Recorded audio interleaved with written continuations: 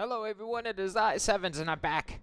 This is Module 2.13, Building Basics, and today we are going to cover it should be the final rooms, the Park and Nature Reserve. Now these two rooms are rooms that I might even build in my colony. I don't know much about them, so we're going to learn this together, so let us get started. And yes, if you're wondering, we have covered all of the rooms. It's a little bit out of order. I started with a few of these, and then did the recreation room, and the laboratory was part of the same module. But don't worry, they're all there. I checked. So yes, go check them out. This should wrap up the room overlay part of this module. Now, unlike the other videos, because I don't want anything to happen to these plants, because they are necessary for these rooms, we're going to keep things on pause. I hope that's okay with you. So let us get started. First, let's look at the room overlay. In a similar fashion to how we have the mess hall and the great hall, and we also have the different places to sleep, and the latrine and washroom, the park and nature reserve, just by looking at these two overlays, you have basically the simpler one and the more complex one. Starting with the park, passing through natural spaces throughout the day will raise the morale of duplicants. The requirements include a park sign, 2 wild plants, no industrial machinery, a minimum size requirement of 12 tiles, and a maximum size requirement of 64 tiles. The effects is +3 to your duplicant's morale. And there you go, you have the park. Moving on to the nature reserve. A nature reserve will grant higher morale bonuses to duplicants than a park. So pretty much it's the better version. But it has slightly stricter requirements. It still requires a park sign. It goes up from 2 wild plants to 4 wild plants. It still does not require any industrial machinery. You don't need it there. It's got a minimum size requirement of 32 tiles, and on top of that, which is bigger, on top of that, the maximum size is 120 tiles. As you can see, 12 and 64, 32 and 120. The effects is +6 to your duplicant morale, and so if you're going to go this route, you probably want to pre-plan your base as best as you can, your colony, and you probably want to shoot to have the nature reserve. So I know it kind of looks a little haphazard, but it'll make sense. So starting off, here's the park sign, and it classifies an area as a park or nature reserve, and passing through parks will increase duplicate morale. It's just a sign. Like that's it. That's all you need is just the sign. Like there you go. And then the wild plants. So in this case, we have 2 wild plants right here. And again, we're paused because I don't want them to perish and just disappear. Now, I made this haphazard because I don't make these, but I imagine that we're going to do a little bit of make-believe.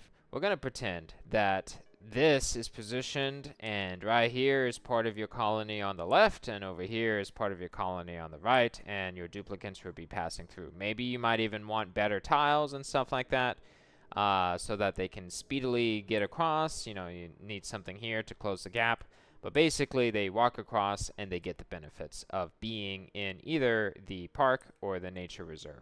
Now, if I destroy these right here, there we go, we now have the nature reserve, and it adds +6 to the morale. Now, the thing to keep in mind is your plants, which need to be wild, are probably going to be on, like, this kind of ground, right? They're going to be on this kind of ground. And as you just saw with the oxifern, like, for a moment working and then, well, not working, you're going to have to satisfy the requirements that are there. You could, I would imagine you could do this with different plants. Here's a mirth leaf, and it's, good to go. And this oxifern is good to go. So you have to keep that in mind. If your plants die, then unless you do some kind of shenanigans, which I don't really do shenanigans, then you might lose some of your plants, which could cause a problem for keeping your park or nature reserve. The advantage of it being a wild plant is you don't need to worry about fertilization or irrigation, but you do need to keep an eye on the body temperature and the atmosphere. And every plant is different, so we're not going to go through every plant and things that they require, but you know, you need to keep an eye on that kind of stuff. Now, the last thing I'll cover is something that I believe I did do actually. I think I did make one park once.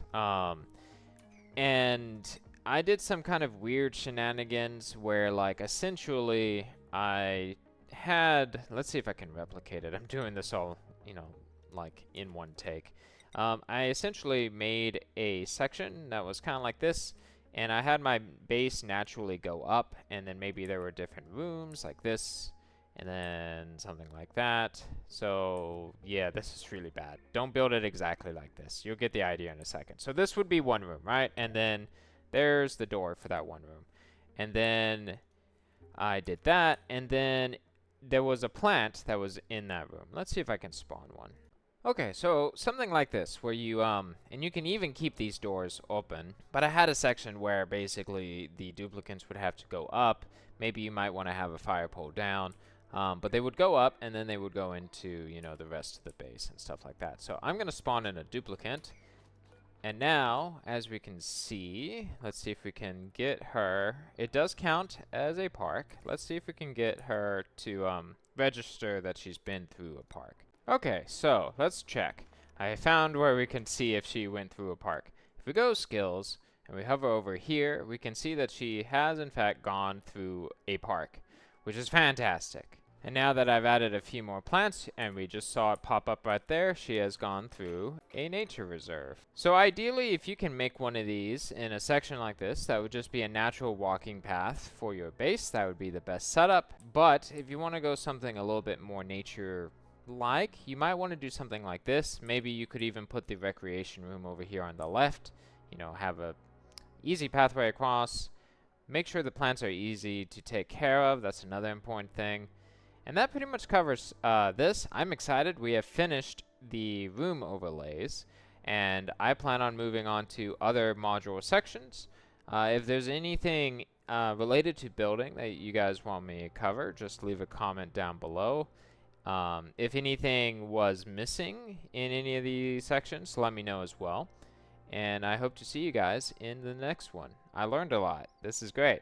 And yeah, hope you did too. All right. Bye.